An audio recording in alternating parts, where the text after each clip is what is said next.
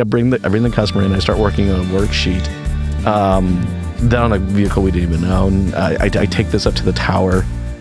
He's like, "Where's the stock number?" I was like, "There isn't one." No, well, where's the? I said, "There's the VIN." You know, I'm trying to pretend like there's nothing going on here, right? And he's looking through stuff. And he's flipping through his. He goes, "Jason, where the hell? I don't see this." I said, "It's sitting right outside." And he's like, "Wait a second. Are you selling a car that we don't own?" Welcome to the Old Guys No Shit podcast in Dealercast Studios, where we bring together decades of automotive knowledge, all together in one place. Here's your host, Old Guys Who Know Shit. Hey, what's going on, Dealercast Nation? I am Jason Harris. I'm Rob Mudd. And I'm Larry Bruce. And this is the Old Guys That Know Shit podcast. Hey guys, what's up? How you doing? Here we go. Let's get And away. This is going to be an interesting episode. I can already tell. Okay, so you guys can already tell we're gonna have a fun episode today because we're already giggling about it. Because this is all right. This is the title of today's episode is The Good, the Bad, and the Funny. I mean, there was a lot of different directions I could have gone with this thing. I'm like, so many. And I'm like, how PG or PG-13 do I want? Oh no, this is get X-rated. So here's where I want to start today's episode off with the craziest customer story we probably shouldn't tell you all. Oh.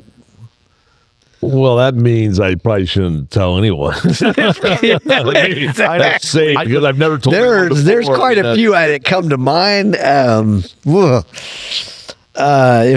right, I'll let you. I'll start. Somebody start with an example, so I know where. So I know where to go. That's what I do. I'll start so that they kind of have a level of how crazy they need to share with us, right? All right, craziest customer story. So I got in trouble for this one and seriously reamed out for it. I had sold a customer's car before we even owned it.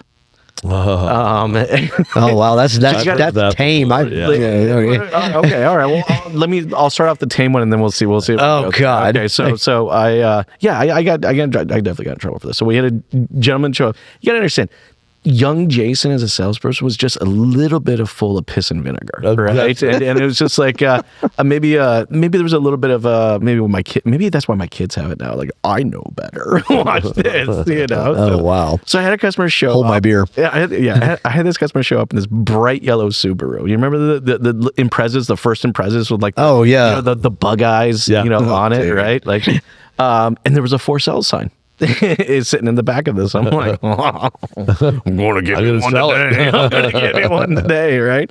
So I take the customer. We do everything. I get him on a test drive, right? And he brought his mom with him. I'm like, okay, I'm just going to let these guys go on a test drive. They were fine with it. Okay, so he goes on a test drive. Another customer shows up, and I'm standing at the car, right? And I'm filling out my little appraisal sheet, and I'm walking around, and someone goes up, goes, "Oh my gosh, I've been looking for this everywhere." Like, well, how you doing? Today's your lucky day. Today's your lucky day. And I'm like ripping the for sale sign out of the back of this thing and like shoving it down my pants and behind me and stuff. I'm like, so I do. I literally bring the customer in. I start working on a worksheet. Then on a vehicle we didn't even own. I take this up to the tower. He's like, "Where's the stock number?" I was like, "There isn't one." No, well, where's the? I said, "There's the VIN." You know, I'm trying to pretend like there's nothing going on here, right? And he's looking through stuff. And he's flipping through his. He goes, "Jason, where the hell? I don't see this." I said, "It's sitting right outside." And he's like, "Wait a second. Are you selling a car that we don't own?" I said, "Yes, I am." And he loses his mind on me. He's like, "You always do stupid shit like this. You're always taking me some damn deal. You know, the last one I brought, I had to give the guy a set of skis. Like, what the hell is all this crap, you know?" And I'm like, "Don't worry, boss, don't worry. I'll get this one done." So sure enough, I have the whole deal booked and finished, and he's in the F&I office, and I haven't even finished the other deal with the other customer who's now just come back with their mother. And I'm like, oh, crap. Now, everybody in the tower is staring at me, right? Okay. Because, like, they know that if I don't make this happen, I am quite possibly be fired. I'm like, just because like this was like the last straw for this particular manager because I brought him so many just awkwardly stupid deals, right? He's just like, this is it. This is what breaks the camel's back crap, right? I'm like, fine. Sure enough, I made it happen. And, you know, and it all goes, both cars are being delivered like at the same time. Synchronicity. And, like, and, you know, at one point in time, the customer goes, hey, why is my car? I'm like, don't worry about it. Don't worry about it. Look over here. Look over here. Don't look over there. Look over here. Pay no attention to the car behind the curtain. Yes. Pay no attention to the car. You know, and literally, I got in. It all gets done, and and literally my boss comes and tells me, goes, look, if you didn't make that happen, I was firing you today. So there's a tame one for you guys. Does that help? Yeah, it's pretty tame. I mean, yeah, I'm shifting back to another story now. I mean, I've had I'm gonna wait for Rob. weird experiences. But here's one. We brought up King of Cars earlier, the blue purple genie. So we had a guy out of Reno that, and I won't say his name, but he loved Chop. He loved it, loved all that stuff that he did because he was running, it was strictly a used car place, but it was big. They did about 200 units a month in used. Big outfit. But he wanted to build that fun environment, right? So he's like, hey, I want to do the same thing as Chop. I want to have a show, and we'll buy late night television, cable, and I want to get a purple genie. Purple, not blue. Yeah, his was going to be purple genie, right? Not the blue genie. So myself and a guy with us and Mike Carlo, our production guy here, we all go out to Reno and we're going to film this thing. Well, Chop was he's in Vegas, so they know how to do these things in Vegas. Yeah. Well, Reno, not so much. You're telling me it's not the same energy as Vegas? Well, no, it was, but they just needed a little more inspiration maybe than in Vegas because these guys got hammered before they did this thing. Oh, no. And the little guy that is now the purple genie is up on the top of this truck. And you know how Chop will, get it out of here, get it out of here. They'll running all the cars through, right? Yeah. Well, the purple genie is on the back of this tailgate, and I won't say his name, says, get it out of here. He hits the gas. The purple genie falls off the back of the trailer onto his head. Oh, I thought he was dead, maybe dead. He popped right back up, and we kept on going. And we did this show maybe 3 times, and then it fizzed out, and it didn't ring the bell. It didn't have the same. It didn't have the same run. It did not have the same run or the same effect. But they drank a lot of booze, and they had a lot of. Well, they didn't have that. Anyway, that was a weird environment and a weird experience. Yeah. Okay. So I'm gonna have to keep it to the tame one, I guess. All right. Well, maybe we have to go another round and just see what going on. I'm getting to the steamy one, man. I don't care what you do. So. Well, so you know, when I was running the desk, we had this guy, salesperson. His name was Zellman, and you can imagine. Yes, he was a Zellman. Okay. So and Zellman is the brother-in-law of one of the one of the other manager's wives, and anyway, so long story short, one of the other brother manager's wife, his brother-in-law. So Zellman and I, he's bringing this deal up, and you know, I'm looking at the deal. I'm writing down, and I'm trying to get rid of the car. So I'm going to give it a really good. It's a low pencil. So I'm putting it down there, and I'm saying, you know, Zellman, I'm giving you a deal here. You need to get this deal closed. If this guy does not sign this deal, he will have just stepped on his dick with his Arnold Palmer golf shoes. And so what does Zellman do? So Zellman walks back into the customer, sits down, and says, "You know, my sales manager, he's the friends with my brother-in-law, and you know they're managers here at the store, and He says, "Well, if you don't sign this deal, you just step on your dick with your honorable golf shoes." And it didn't carry as well as when you said it. Well, it wasn't meant to be. It wasn't. I learned at that point. That might have been one of those life lessons, right? But I learned at that point. Always let them know I'm loading your lip right now, or I'm not. Right. be specific, because Zellman would do. Whatever I told him to say, he went back and said it. He did this one too. So God dang, Zellman, that was not meant for customer consumption. But Did he sign the deal? oh yeah, he did close the deal. He did close the deal. So yeah, that was the crazy customer story. That's funny. Well, yeah, I mean, there's definitely some examples I think I have too of telling my staffs one thing and not thinking that they would necessarily take it literal. There's definitely some good examples of that. Okay, I think that was. I think we'll continue to look for more crazy ones. I'll have to like, you know, you always hear about the story of the guy that threw the keys on top of the roof, right? Yeah. I actually did. Oh, I did watch that. This Yeah, happen 100%. one time. Oh, I did. You know, oh, did you actually? I 100% did it. You know, because it's so funny in this industry. We talk about it all the time, but it's like No, I did seen it. Okay, so because they said you could. okay, tell me the story. I got this. Go ahead. Let's go. Okay, well, the guy said do it. Was that Was it your Zellman? manager? Did you No, take your no, literal? no, this is when I was a salesperson. I was a salesperson. And somebody had given me, I don't know what one, anyway, it was in a training tape, right? Okay. And it was, and I was too stupid. I just followed whatever the tape said. That's what I did. And part of it was, you know, I think he was just making a conference. I think he was just making the way that when I listened to it again, I was like, oh, that was really just kind of for reference. So, but I took it as, you know, Verbatim. to keep the customer from leaving, throw their keys on the roof. So I got the keys and slung them on the roof.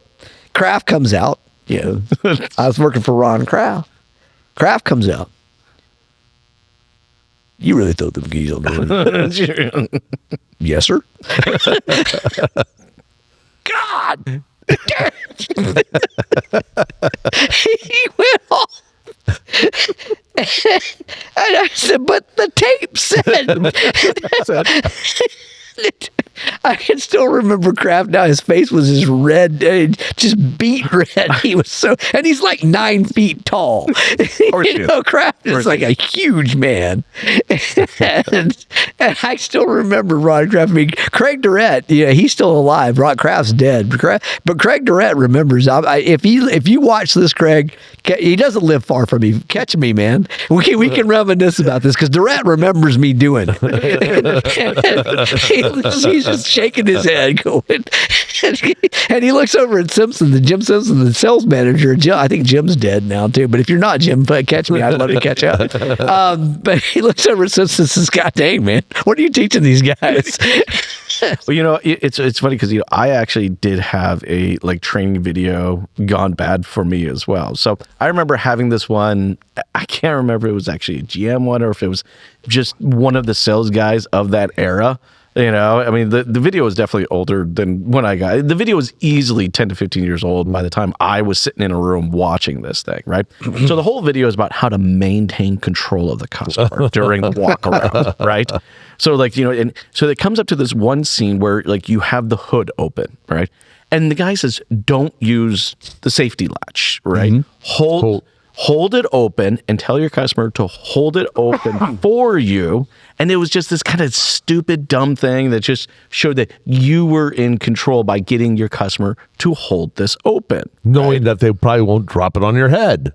Well, shit, I'll tell you what does happen. So first time I go to execute this thing, right? I'm doing the walk and I'm thinking about the whole video and I finally come around to the hood part, right? So I open the hood and I almost leaned in to grab, you know, the little safety, you know, thing and put it. Nope.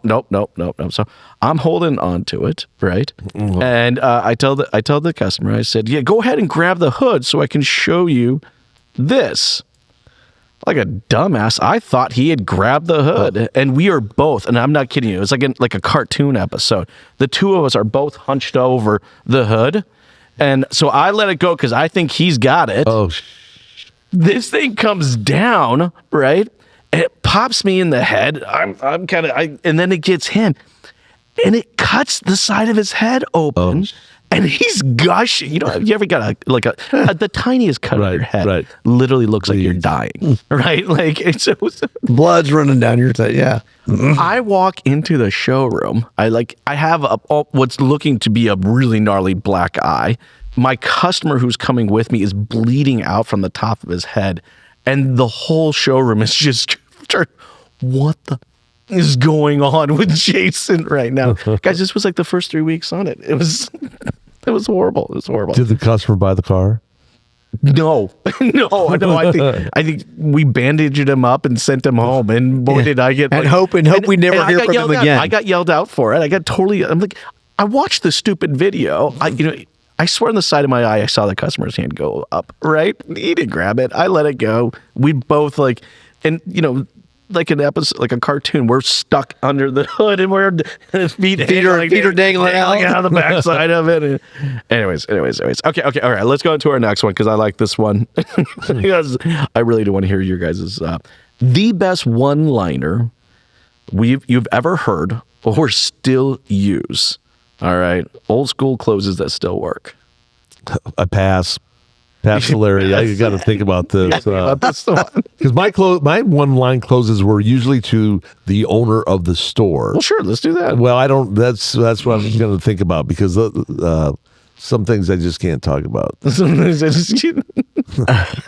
right. Are we talking about good ones or are we talking about funny ones? Let's just talk about the one you used. What was that? I mean, I've got a funny one. I mean, I've used several, but probably the best one-liner I've ever used was, it was pretty much when I was in F&I selling a warranty, and then I would just say, hey, look, you need to think about the cost of having this and not needing it versus needing it and not having it. I like that. That's a good one. Yeah, and that one-liner closed a hell of a lot of warranties. I had a master class on how to sell a cash customer a warranty. Because I said, from that one-liner. That's a good. I still think that works today. I think that's. I think it. So I think it probably still works today. Yeah. What was the worst, or maybe you didn't use, but what was one of the worst ones you've heard? What was one of the worst ones I've ever used when I was trying to sell a dealer something. And I told him I was going to sell it to his competition down the road. Yeah, that's not a good idea. And he goes, "Good. I hope you do. Get the hell out of my office." Okay, fair enough. Now I remember. So this is back in 2006, 2005, out in Los Angeles. I'm working with some guys from WNBC Channel 5 out in LA, and we're doing a deal with the NBC affiliate to do like an auto trader type deal, right? Mm-hmm. And I'm going to help these sales guys from NBC sell car guys because they haven't had a lot of luck doing it. So we're driving somewhere out in the valley, and I'm saying, well, this is how this is going to work, right? We'll go in there, we got a meeting and so forth, and we'll ask them questions and blah, blah, blah, blah, and then we'll get into what you guys do and just kind of follow my lead. Yep. So we get there, it's like 10 o'clock meeting, myself, two other of their guys. We sit down, the guy comes out, GM, sits down with us. Hey, help, blah, blah, blah, blah. How's biz? Well, our conversation is about landing pages and the internet. And the guy says, well, here, look, we get 12,000 unique visitors a month to our store. We're the best in our region. We don't really need a lot of help. I said, 12,000, how many cars a month do you sell? About 150. That's not that great of a close ratio, is it? Nope. Slams his folder shut, pushes back, and says, get the fuck out of my dealership now. And so, myself and the two guys from NBC, we leave the store. And I told the guys once we got in the car, I said, that's never, ever happened to me ever before, but I've never said it quite like that either.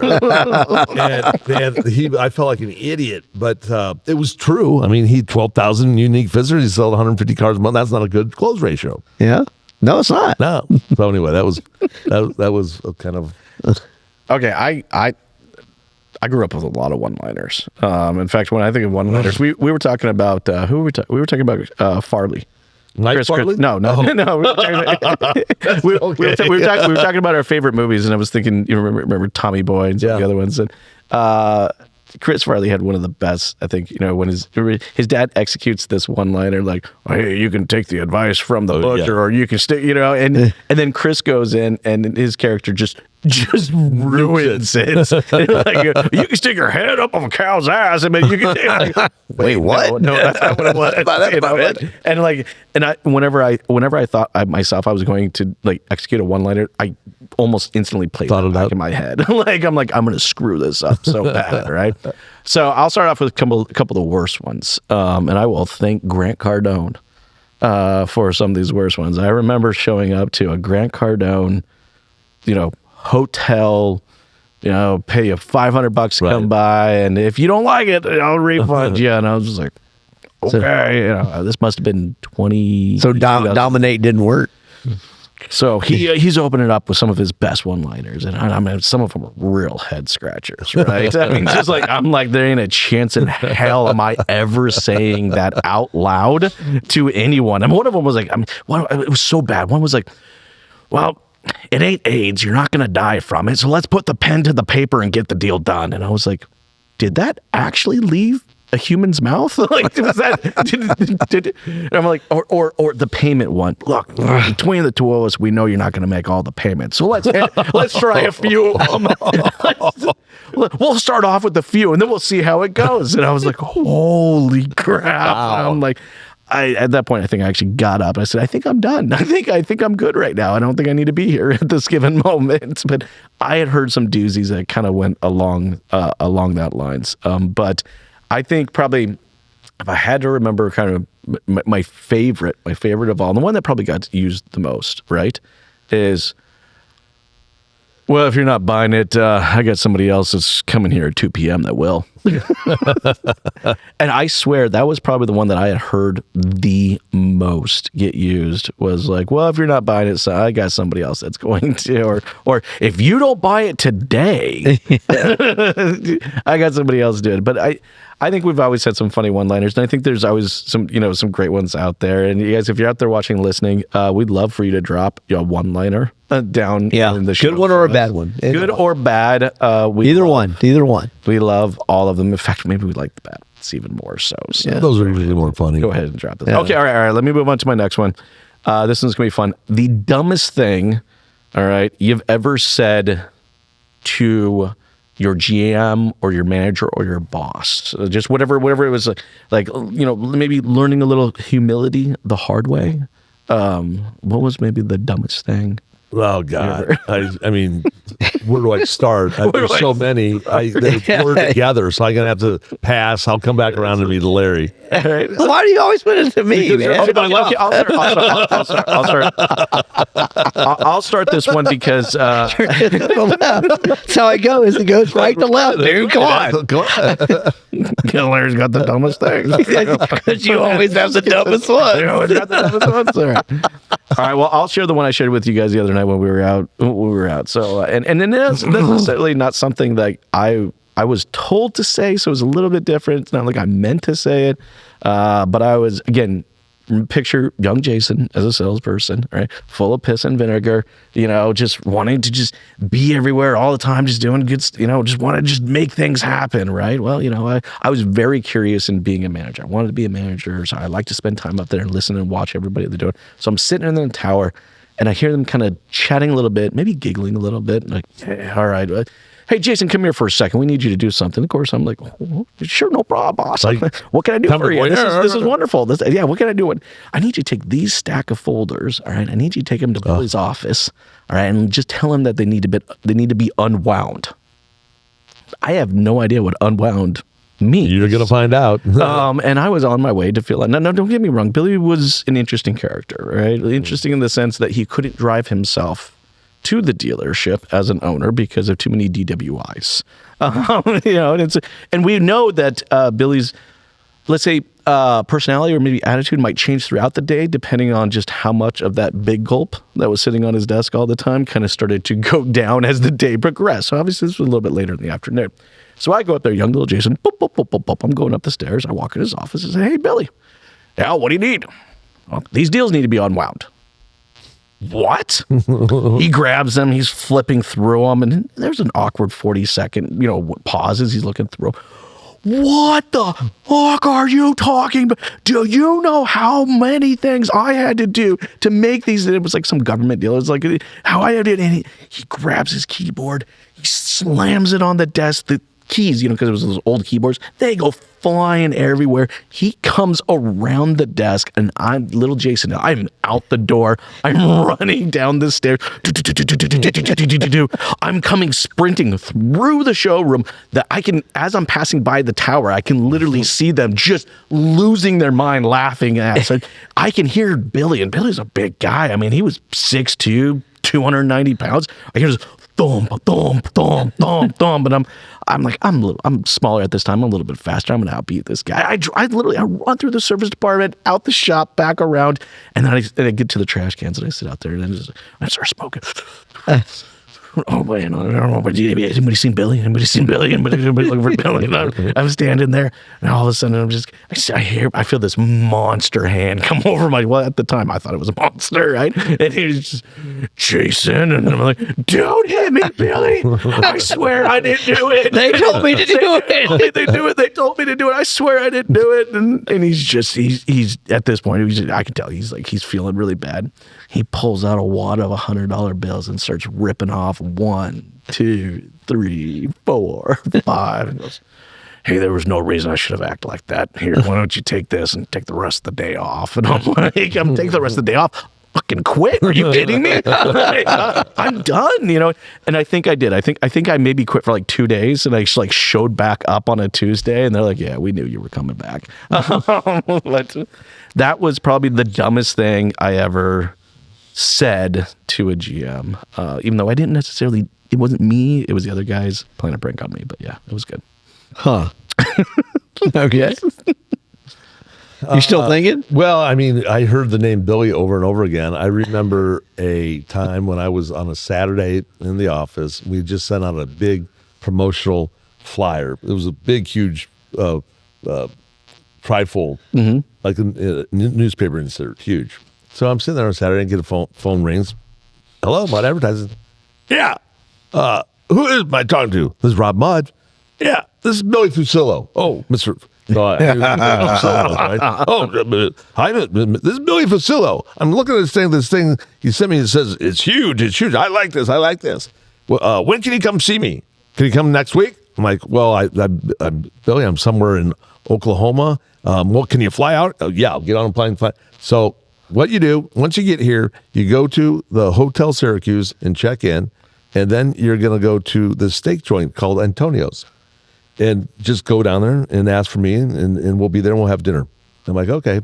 So that week I fly into Syracuse, drop my stuff off at the Hotel Syracuse, get in a cab, go to Antonio's, and Antonio's is a restaurant. It's a concrete restaurant and says Antonio's, right? No windows, no nothing. So I walk into this, and it's dark, smoky. You could smoke back then, right? Yeah. And I'm at the time like lime green suits were kind of in, can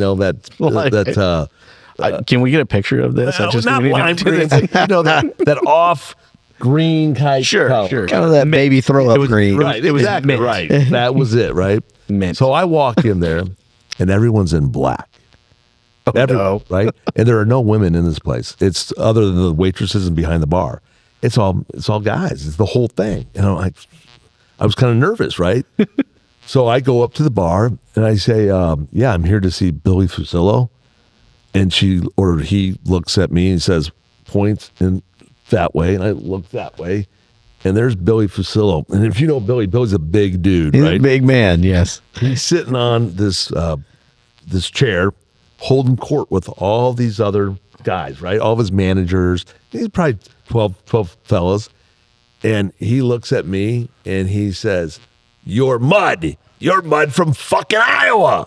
And I said, "You're right, Billy, I am." And that's kind of That was an interesting Billy Facilla story. That's a good one. It's a good story, man. I don't know if there's anything dumb in there. No, but- It was just the dumb part was showing up to an Italian restaurant in a green suit. I was gonna say anything dumb. I want to see the green mint suit. That's what I want to see. That's gone. And then we proceed. That part I won't tell. That's the other part of the story. The other part, the crazy rest of the customer story that we probably shouldn't tell. That's the other one.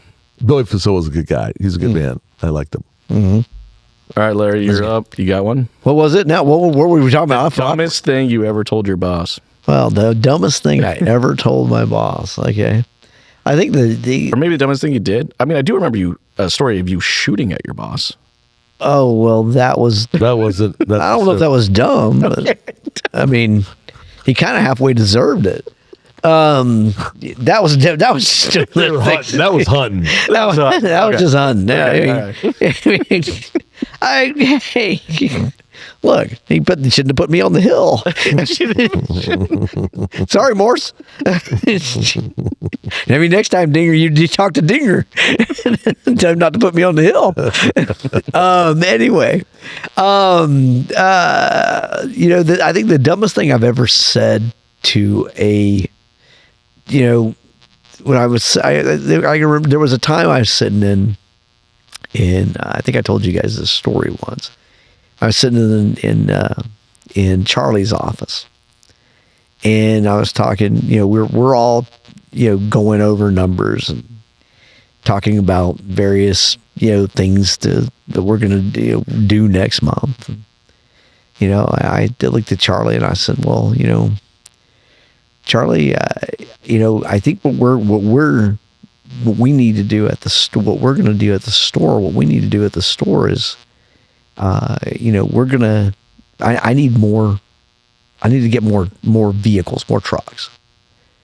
And I'm going to talk to a few other dealers, and I'm going to start buying up some inventory. And he looks at me and says, Larry, I've never seen one of these stores empty yet. So no, we're not going to do that. You're going to sell what you got. I don't know if that was dumb, but it was smart of Charlie to tell me no. But I don't know if it was dumb. I think the dumb, but probably the second part of that was I was looking for Bob one time, and I forget what there was an emergency. For some reason I needed to get a hold of Bob. So I'm calling Bob's cell, and he's not answering, and I'm continuing to go. I'm like, look, I need to get a hold of Bob. So I call his wife, Jeannie, and I ask her. I says, "Oh, I'm looking for Bob. Is he there with you?" No, he's not with me. Oh, yeah. And I'm like, oh. What do you mean he's not? You mean he's not at the store? Well, I can't find. So about some hours later, Pagan shows up and says, "Larry, come in my office." He said, "I want you to open up your phone right now." Okay. He says, "Take my wife's number out of your phone. Get the phone number to Jeannie. You need to go ahead and erase that right now." Completely deleted. Yeah. Well, that was a good one. I like that one. Yeah, that was the dumbest thing I've ever done to a GM. I don't know if I said anything to him dumb, but I did something really dumb to him. That might be another episode, guys. Oh, dear God. That we did do to our boss. I do remember calling a dealer over and over and over and over and over, and finally said, "Hey, Rob, you got my number?" "Yeah." "Lose it." Yeah, there was probably some vendors that followed up with me that call you in 3 more months. I could have Gerald Ramoyne down at Hendricks Chevrolet in Chapel Hill. We got his business. He said, I remember Gerald telling me, you're the most persistent guy I've ever met. You called me for years, and now I'm finally doing business with you. Maybe it was him. But that was kind of a funny Well, one. you didn't lose his number then. No, I didn't. There you go. Hey, guys, look, if you're out there watching, listening now, thank you so much for checking out today's episode. I know we did the good, the bad, and the funny. We got through it. We did it, right, guys?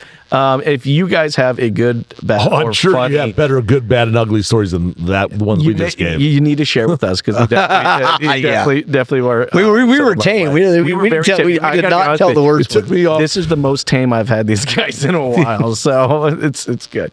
If you guys had enjoyed the show today, the biggest compliment you can give us as content creators is to share the show. It means a ton of us. It means a ton to us. If you got a colleague or a manager that needs to see some portion of it because they're going to get a good kick out of it, please do so. For anybody out there who would like to see more content like this, hey, Rob, where's the best place they can see? www.thedealercast.com. On the interweb. On the interwebs.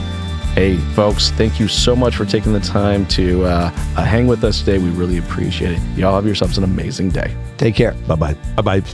Thanks for tuning in to the Old Guys Know Shit podcast with your host, Old Guys Who Know Shit. Remember to like, comment, and subscribe.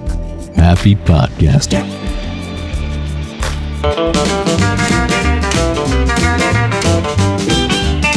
We've seen it all, been around the block, sold a few cars, and hit the clock. From radio ads to digital screens, from paper ledgers to machine-made dreams. We're the old guys that know shit, know shit, know shit. We watch the business change bit by bit. From ink on paper to AI's call, we survived it all, standing tall. We're the old guys. Yeah, we know shit, know shit. From the old ways to the new, we've seen it fit. Once you'd walk in and shake a hand.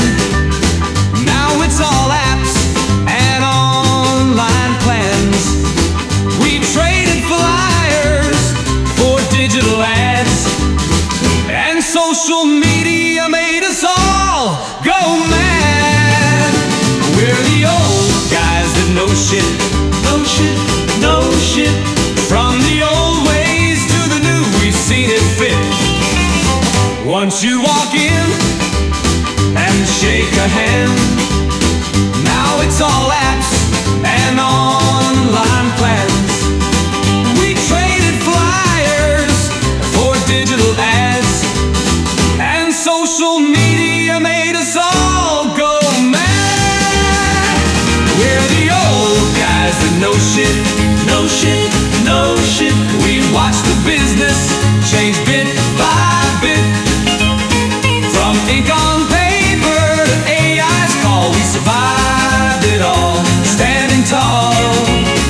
We're the old guys. Yeah, we know shit, know shit. From the old ways to the new, we've seen it fit.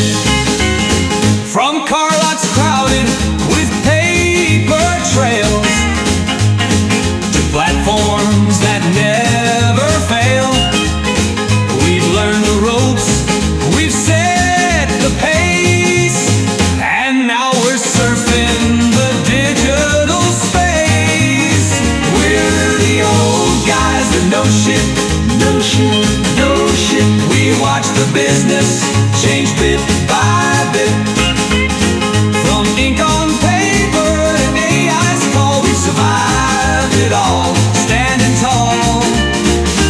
We're the old guys that know shit, still alive, still alive, still alive, still alive.